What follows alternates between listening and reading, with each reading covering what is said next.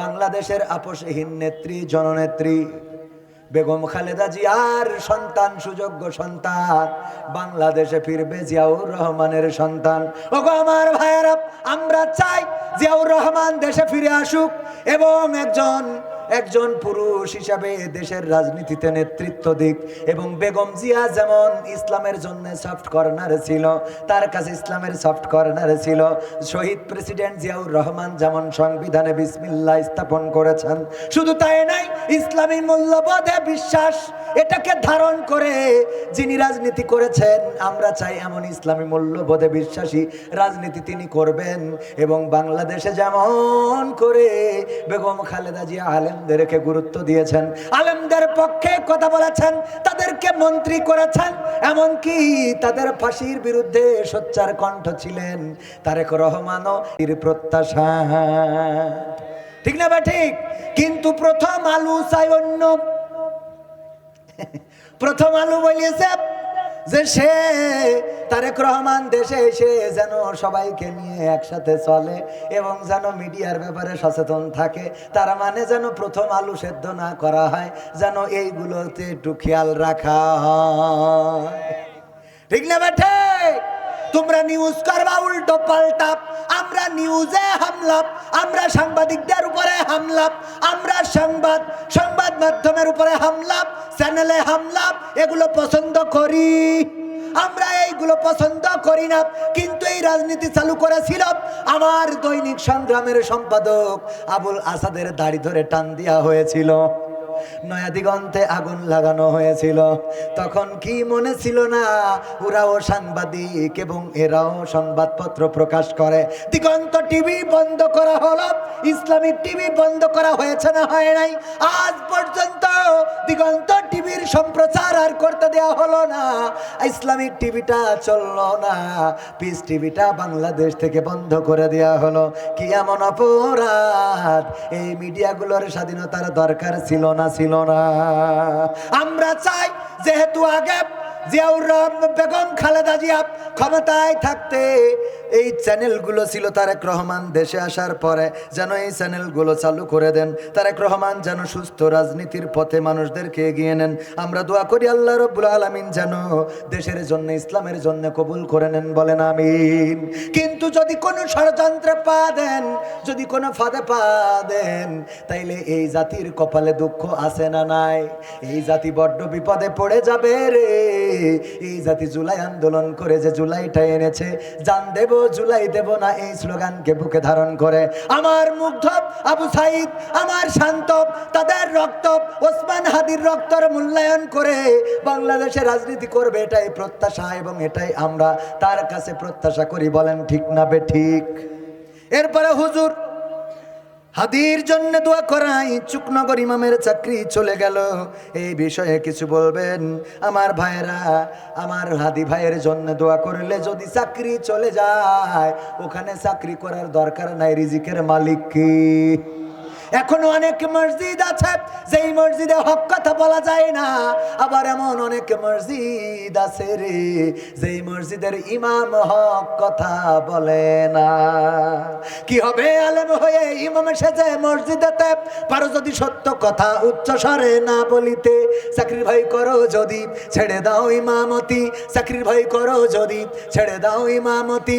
কি হবে ধোঁকা দিয়ে আল্লাহকে, কি হবে ধোঁকা দিয়ে আল্লাহকে, কি হবে বেঁচে থেকে অযথা বিদ্যা শিখে যদি না গড়তে পারি শোষণবিহীন সমাজটাকে?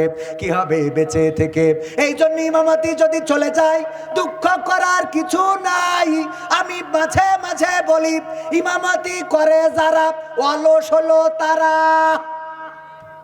আপনি ইমামতি, আমি মালয়েশিয়ায় দেখেছি ইমাম 3-4 জন করে, এক এক মসজিদ ইমাম কয়জন? 3 জন 4 জন করে। কারণ কি? কারণ একজন ইমামেরও তো অনেক কাজ থাকে, নামাজ ভাগ করা থাকে। একজন ফজর পড়াবে আর সারাদিন পড়াবে, একজন জহর পড়াবে আর সারাদিন পড়াবে না, একজন আসর আর মাগরিব পড়াবে। এমনকি যারা হজে গিয়েছেন তারা দেখেছেন না, হজে যে মক্কা মদিনায় কি এক ইমাম নামাজ পড়ায়? কথা কয় না। আর আমাদের ইমাম, উনি ইমামতির চাকরি নিয়ে ও বাবা নামাজ পড়ায় পার পারে পা তুলিয়ে সারাদিন শুয়ে।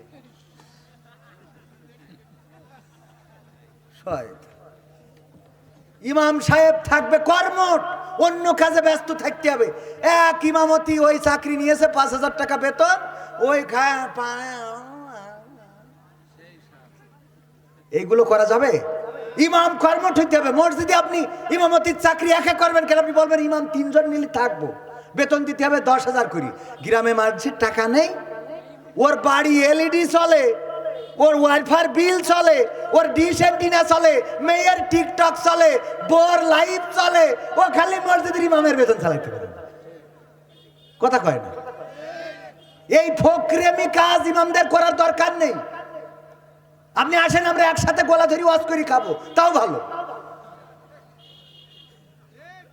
আমার একটা নাটক ছিল, ওই যে আমি আর মারুফ ভিক্ষে করি, বললাম না হয় ভিক্ষে করে ছাড়ি দেবো, তাই কি মানসি বলে যে না হয় ভিক্ষে করি খাবো, তো আমরা যেহেতু ভিক্ষে করি তাহলে আমাদের কি বলতে হবে?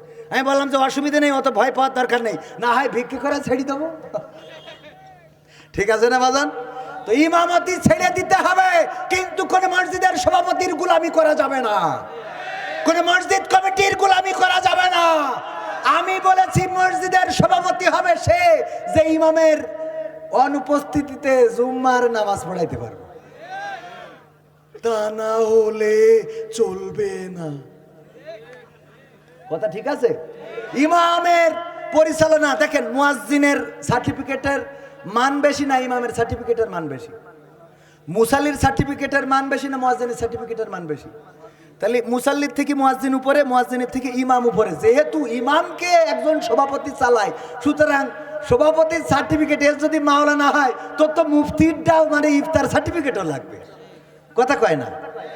এ যদি ডক্টর হয়, তুই তো ডক্টর ইউনুস হতে হবে, ঠিক না ভাই? ঠিক। তা না হলে তোর সভাপতি চলবে না, ডাইরেক্ট আউট, ডাইরেক্ট আউট।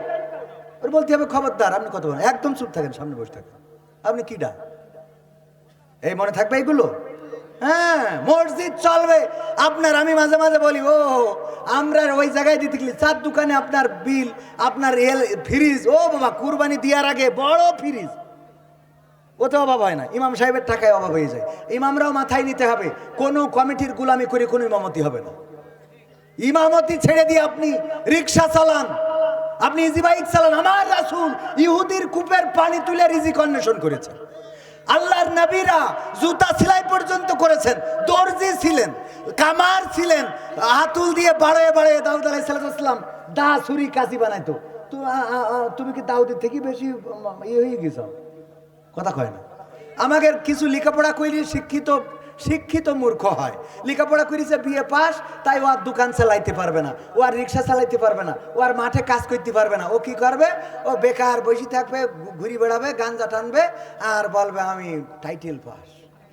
এরকম আছে না নাই? অথচ কাজ করলে রিজিক বাড়িয়ে দিবেন কে? আকিজ সাহেব একটা কথা বলতেন, যদি তুমি চাকরি করো তাহলে খেতে পারবা, আর যদি তুমি ব্যবসা করো তাহলে খাওয়াতে পারবা।